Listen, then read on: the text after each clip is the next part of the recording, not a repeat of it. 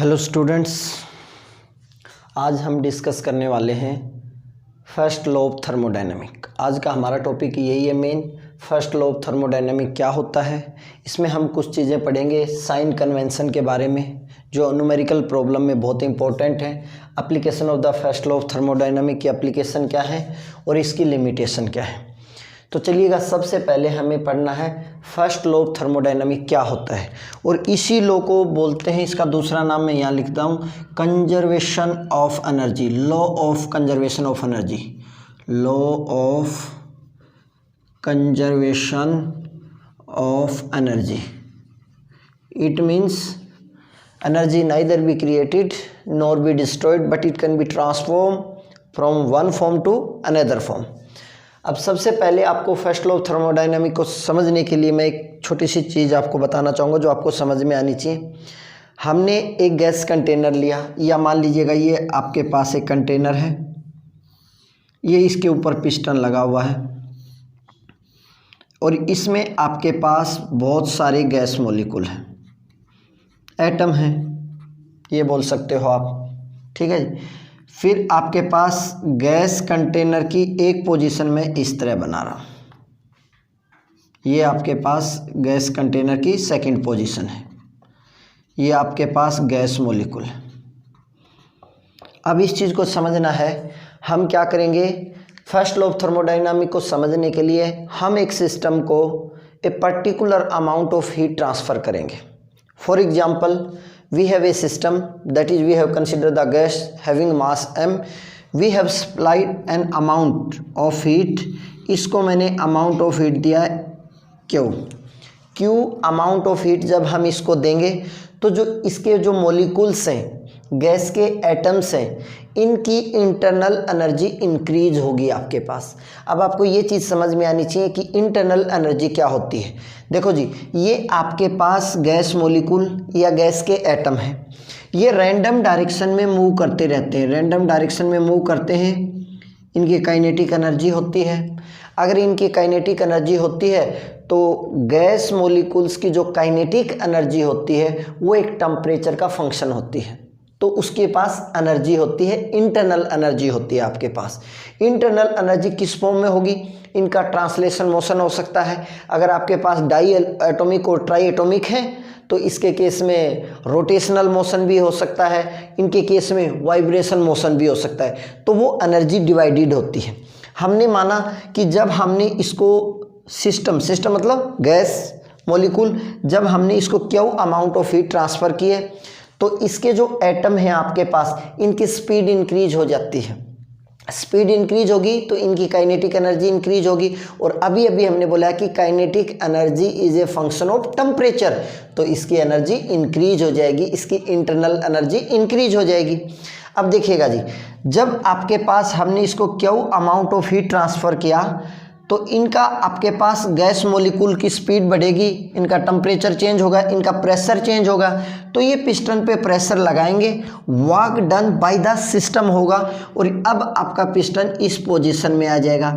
तो ये जो आपके पास है ये वर्क डन, इसको नाम दे दिया मैंने W वर्क डन किसने किया, जब आपने क्यू अमाउंट ऑफ हीट इस सिस्टम को दी, कुछ इसका पार्ट इसकी इंटरनल एनर्जी को इंक्रीज होने में रिटेन हो गया है, रिमेनिंग पार्ट आपके पास work done to move the piston from position this to position this आपके पास।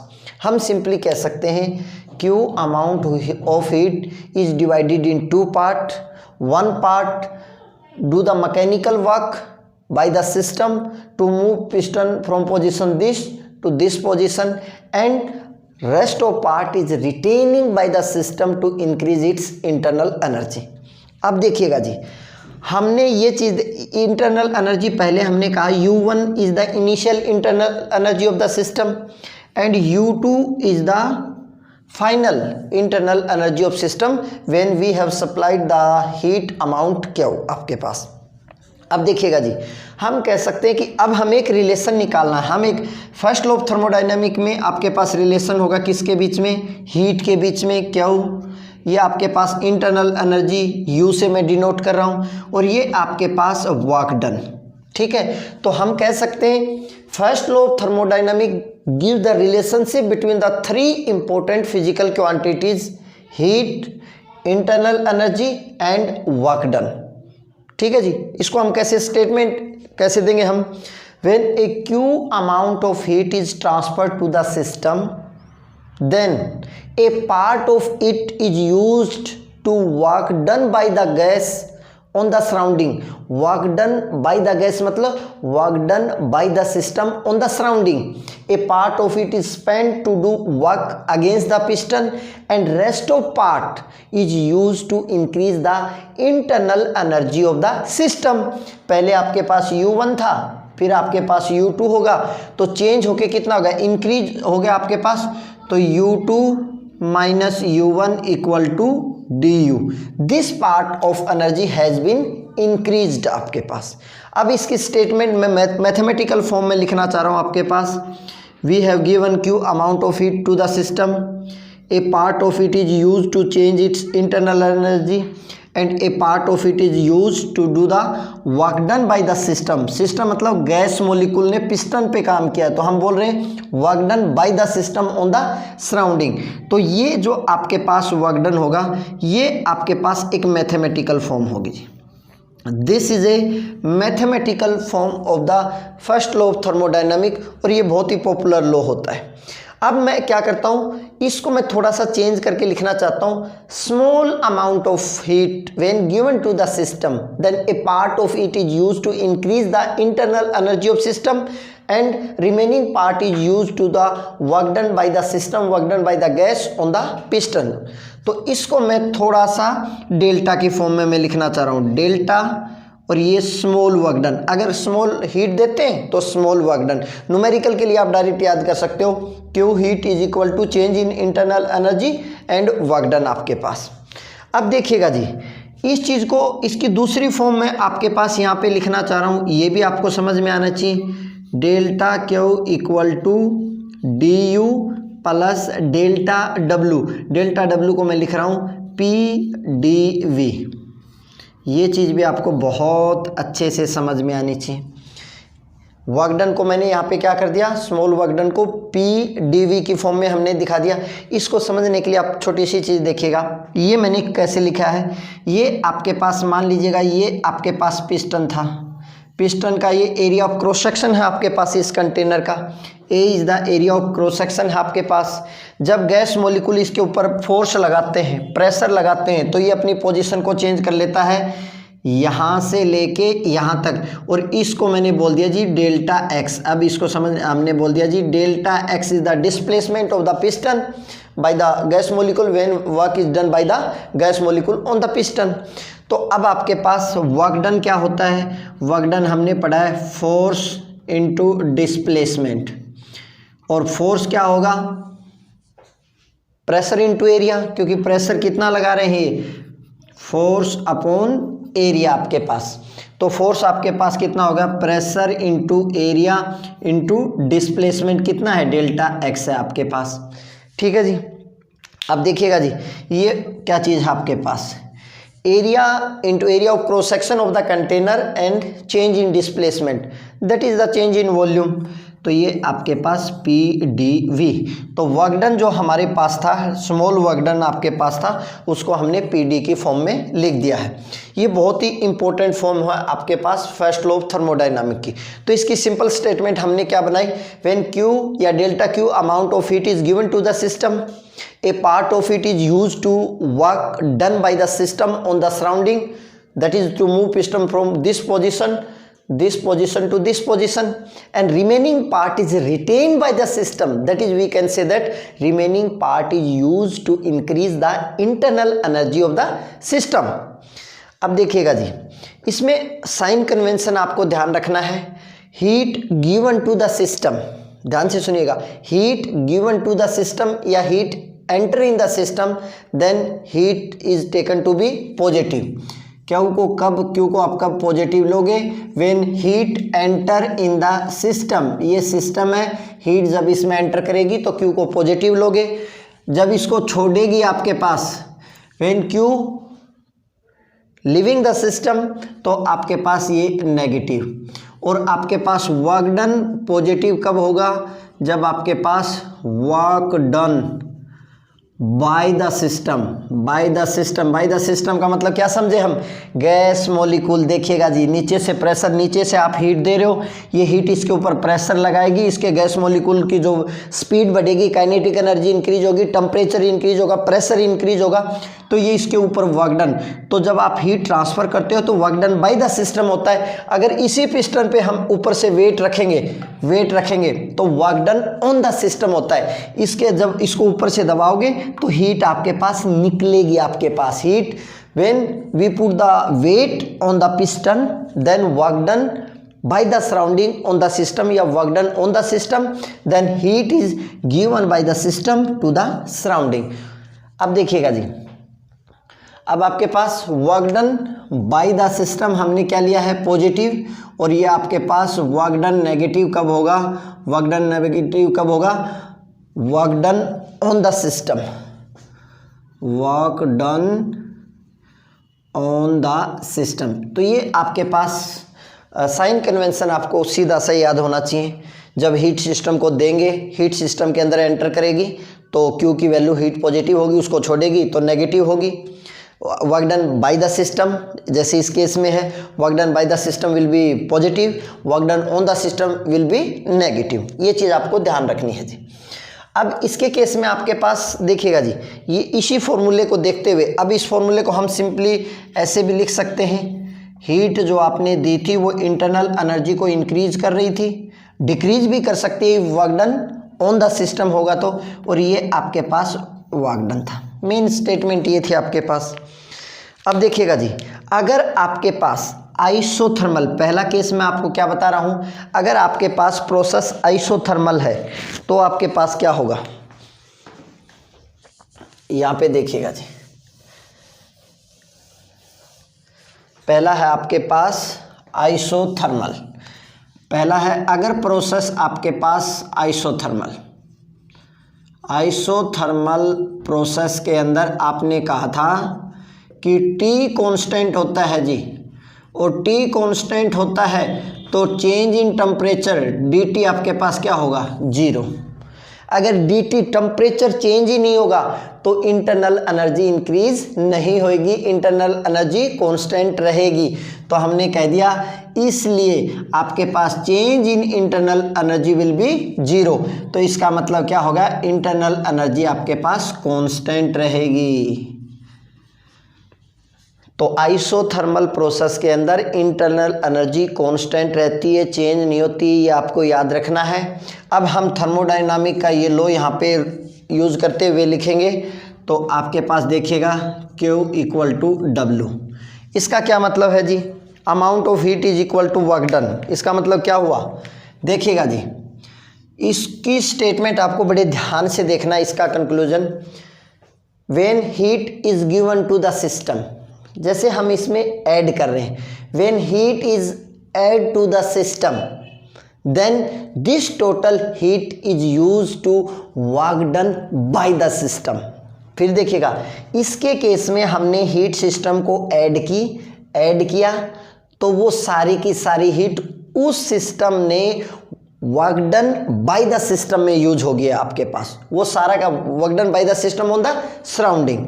तो हम क्या कहेंगे, heat added will be equal to the amount of work done by the system, totally उसमें कन्वर्ट होगी।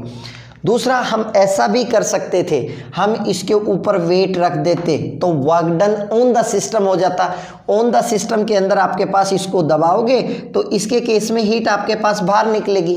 तो when heat removed by the system then it will be equal to the amount of work done on the system. जितनी heat निकलेगी, जितना आप work done करोगे उतनी heat आपके पास यहाँ पे निकल जाएगी। इतना समझ में, आइसोथर्मल में आपको इतना ही था। दूसरा आपके पास प्रोसेस में ले रहा हूँ, आपके पास एडियाबेटिक प्रोसेस बोल लीजिएगा। दूसरा मैं यहाँ बता देता हूँ, एडियाबेटिक प्रोसेस में आपने पढ़ा था कि जो वॉल्स ऑफ कंटेनर होते हैं, सिलेंडर की जो वॉल्स होते हैं वो इंसुलेटेड होते हैं। ना तो हीट सिस्टम से सराउंडिंग में जा सकती है, ना हीट सराउंडिंग से सिस्टम में जा सकती है, ना अंदर से बाहर ना बाहर से अंदर। तो उसमें आपने कहा था heat transfer to the system और फ्रॉम सिस्टम टू सराउंडिंग कितनी होगी, 0 आपके पास। अगर हीट 0 होगी तो फर्स्ट लॉ को हमने यूज करेंगे, आपके पास ये 0 होगी तो change in internal energy equal to minus of work done. इस चीज को भी समझिएगा आप, आपके इसको देखिएगा। अब देखिएगा जी, एडियाबेटिक एक्सपेंशन होता है गैस का, एडियाबेटिक कंप्रेशन होता है गैस का। अब हम कहेंगे कंप्रेशन के अंदर ऊपर से आपको फोर्स लगाना पड़ता है, इसको दबाना पड़ता है, कंप्रेशन ऑफ गैस, तो work done on the system होता है।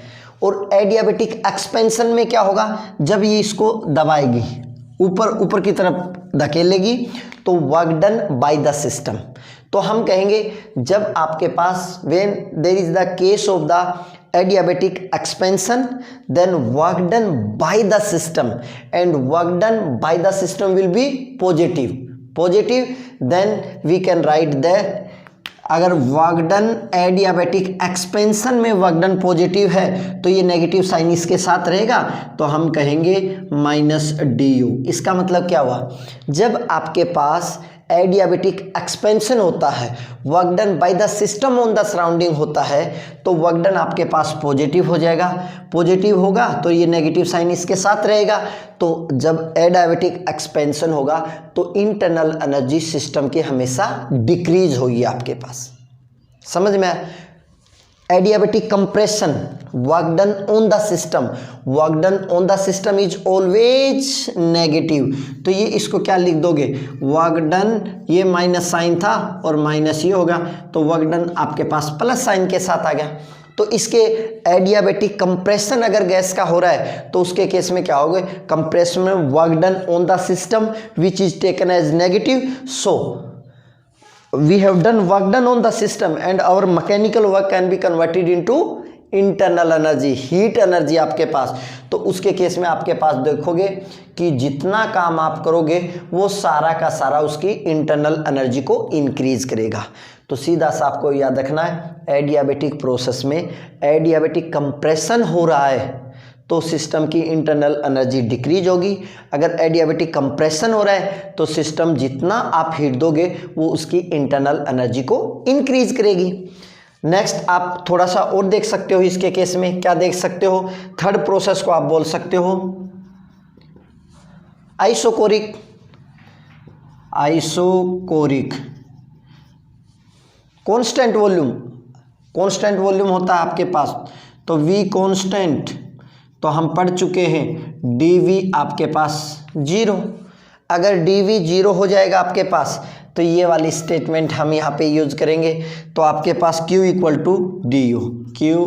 टू du आपके पास। तो आइसोकोरिक के अंदर आपके पास आपने क्या पाया कि जितनी हीट आप दोगे, जितनी हीट आप सिस्टम को दोगे वो सारा का सारा उसकी इंटरनल एनर्जी को इंक्रीज करेगा। जितनी हीट आप उससे लोगे work done on the system, वो उसकी इंटरनल एनर्जी को डिक्रीज करेगा। तो सिर्फ आपको ये देखना है और उसके साइन पे आपको ध्यान रखना है। तो चेंज इन इंटरनल एनर्जी आपके पास Q के बराबर है, तो du अब आपके पास डिपेंड करता है Q आपने सिस्टम के से ली है या वर्क डन करके उससे आपने निकाली है। एक प्रोसेस और था, थोड़ा सा उस प्रोसेस के बारे में मैं आपको और याद दिला देता हूँ। वो प्रोसेस है आपके पास साइक्लिक प्रोसेस। साइक्लिक प्रोसेस क्या होता है, साइक्लिक प्रोसेस आपको बता देते हैं। हमने रिवर्सिबल इरिवर्सिबल पढ़ा था, ये पीवी इंडिकेटर डायग्राम पढ़ा था। साइक्लिक प्रोसेस का मतलब होता है सिस्टम की इनिशियल और फाइनल जो पोजीशन होती है, सिस्टम की इनिशियल और फाइनल पोजीशन सेम हो जाती है। और जब भी आपके पास साइक्लिक प्रोसेस दिखाया जाएगा तो साइक्लिक प्रोसेस हमेशा पीवी डायग्राम के ऊपर एक क्लोज पाथ से दिखाया जाएगा, ये आपको ध्यान रखना है। साइक्लिक प्रोसेस क्या होगा, हमने कहा सिस्टम A टू B गया और B से वापस A पे आ गया, तो इसका मतलब सिस्टम के अंदर क्या कोई इंटरनल एनर्जी चेंज होगी? नहीं। हमने कहा ए से बी गया और बी से वापस ए आ गया, तो उसकी इनिशियल और फाइनल कंडीशन है, इनिशियल और फाइनल प्रॉपर्टी है, वो सिस्टम की सेम रहेंगी। बीच में कहीं पे भी चेंज हो सकती हैं आपके पास, जैसे रिवर्सिबल में हमने कहा था हर पॉइंट पे अगर रिट्रेस करेंगे तो प्रॉपर्टी सेम आएंगी, लेकिन इसके केस में ऐसा नहीं होगा। यहाँ पे आपके पास बीच में प्रॉपर्टी चेंज हो सकती हैं, लेकिन इनिशियल और फाइनल पॉइंट पे जाएगा, जब आपके पास इनिशियल से फाइनल वापस वहीं पे आ जाता है तो आपके पास उसकी प्रॉपर्टी सेम रहती है। प्रॉपर्टी सेम रहती है तो चेंज इन इंटरनल एनर्जी क्या हो जाएगा? Zero. Change in internal energy zero हो गया तो आपके पास Q equal to work done के बराबर होगा। इसका मतलब क्या हुआ? वर्क डन अगर बाय द सिस्टम है, work done by the system है, तो जितनी भी हीट आपको दोगे उसको सिस्टम को, वो सारा का सारा सिस्टम वर्क करेगा पिस्टन पे। Work done by the system में कन्वर्ट हो जाएगा आपके पास। और अगर work done on the system है, work done on the system है आपके पास, तो उसके केस में माइनस साइन आ जाएगा। तो उसके केस में उसकी इसमें इंटरनल एनर्जी तो क्या रहेगी? चेंज ही नहीं होगी, कांस्टेंट होगी। तो जितना आप हीट दोगे वो सारा का सारा वर्क डन में कन्वर्ट हो जाएगा। देखिएगा जी, अब आपने क्या पढ़ा है थर्मोडायनामिक की statement, thermodynamic first law of thermodynamic, law of conservation of energy, इसलिए बोला कि जितनी हीट आपने क्यू दी थी वो दो पार्ट में डिवाइड होगी, work done by the system W और आपके पास चेंज इन इंटरनल एनर्जी। ध्यान रखिएगा जब भी आप फर्स्ट लॉ ऑफ थर्मोडायनामिक पढ़ते हो तो वहाँ पे इंटरनल एनर्जी का कैलकुलेशन नहीं होगी, चेंज इन इंटरनल एनर्जी की कैलकुलेशन होगी। ये पॉइंट भी आपको ध्यान रखना है। अब हम इसमें बात कर लेते हैं कि limitation of the first law of thermodynamic क्या होंगी, लिमिटेशन के बारे में। देखिएगा फर्स्ट लॉ ऑफ थर्मोडायनामिक क्या कहता है आपके पास? First law of thermodynamic give the relation between the heat आपने लिखा था Q W and heat and आपके पास चेंज इन इंटरनल एनर्जी। ठीक है जी, इसमें रिलेशन देता है आपके पास। तो सीधी सी बात है, हीट किस में कन्वर्ट होती है? वर्क डन में कन्वर्ट होती है। तो first law of thermodynamic tells about the interconvertible of the heat energy into mechanical work and mechanical work into heat energy, that is interconvertible of the heat and mechanical work, mechanical energy. लेकिन इसकी कुछ drawbacks थी आपके पास। पहली drawbacks ध्यान से सुनिएगा। First drawbacks of the first law of thermodynamic is that it does not tells us about the direction of flow of heat। क्या बोला मैंने? First law of thermodynamic does not tells us the direction of flow of heat, direction of change। Why? We know that heat can flow from high temperature to low temperature, but first law of thermodynamic does not tell us why heat flow always from high body temperature to a low body temperature। Second आपके पास है, आपके पास first law of thermodynamic does not tells us how much amount of given heat can be converted into work. How much amount of given heat can be converted into work. इसका मतलब why 100% of heat cannot be converted into work done। जितनी हमने दी थी 10 value दी तो 10 की 10 work done में क्यों convert नहीं हुई। और थर्ड आपके पास थी it does not tells us the condition under which heat can be converted into mechanical work। ध्यान से सुनिएगा, ये बहुत ही इंपॉर्टेंट है। it does not tells us under which condition heat can be converted into mechanical work। इसका क्या मतलब हुआ? जब आपके पास गन से बुलेट निकल के जाती है तो वो किसी लकड़ी पे जाएगी तो वहाँ जाके टकराएगी, then the kinetic energy of bullet can be converted into heat, but why the heat can not converted into the kinetic energy of bullet so that bullet enter in the gun। समझ में आया क्या बोला? हमने कहा जब बंदूक से गोली निकल के जाएगी वो किसी मान लीजिए किसी चीज़ पे जाके टकराएगी तो उसकी काइनेटिक एनर्जी हीट में कन्वर्ट हो जाएगी। तो हमने कहा वो हीट काइनेटिक एनर्जी में क्यों चेंज नहीं हुई, कि वो बुलेट की हीट, जो हीट उसने प्रोड्यूस की थी वो वर्क डन में, मैकेनिकल वर्क में हो जाती और आपके पास बुलेट वापस गन के अंदर जाके घुस जाती। ऐसा क्यों नहीं हुआ है? तो ये तीनों ड्रॉबैक्स आपको बहुत अच्छे से याद होनी चाहिए। पहले हमने बताया it does not tells about the direction of the change, that is direction flow of heat, why heat can not be, why heat always flow from high body to temperature to low body temperature always. दूसरा आपके पास how much amount of work done convert into the mechanical work and under which condition the heat will convert into mechanical work. तो ये 4 topic हैं आपको बहुत 2-3 first law of thermodynamics के 2-3 important चीज़ थी, ये आपको ध्यान रखना है। न्यूमेरिकल में एक चीज़ याद रखनी है आपको, जब भी आपको बोला जाए कि heat given to the system, इसका पॉजिटिव साइन लेना है आपके पास।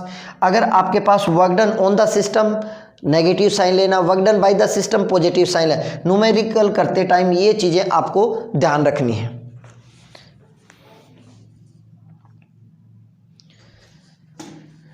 तो स्टूडेंट्स, आपका जो बेसिक है थर्मोडायनामिक का वो यहाँ पे हो गया है।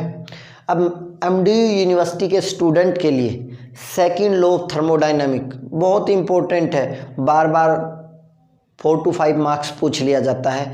तो नेक्स्ट टॉपिक हमारा होगा second law of thermodynamic, second law of thermodynamic. तो हर चीज़ आपको याद होनी चाहिए। अभी तक आपने थर्मोडायनामिक से हमने लेके थर्मोडायनामिक सिस्टम से लेके first law of thermodynamic, isothermal, isochoric, ये सारी चीज़ें आपकी क्लियर होनी चाहिए। आगे आपको इस चैप्टर में कोई भी प्रॉब्लम नहीं आएगा अगर आपके ये बेसिक क्लियर हो गए। तो thank you student, now we will meet in next lecture. Thank you so much.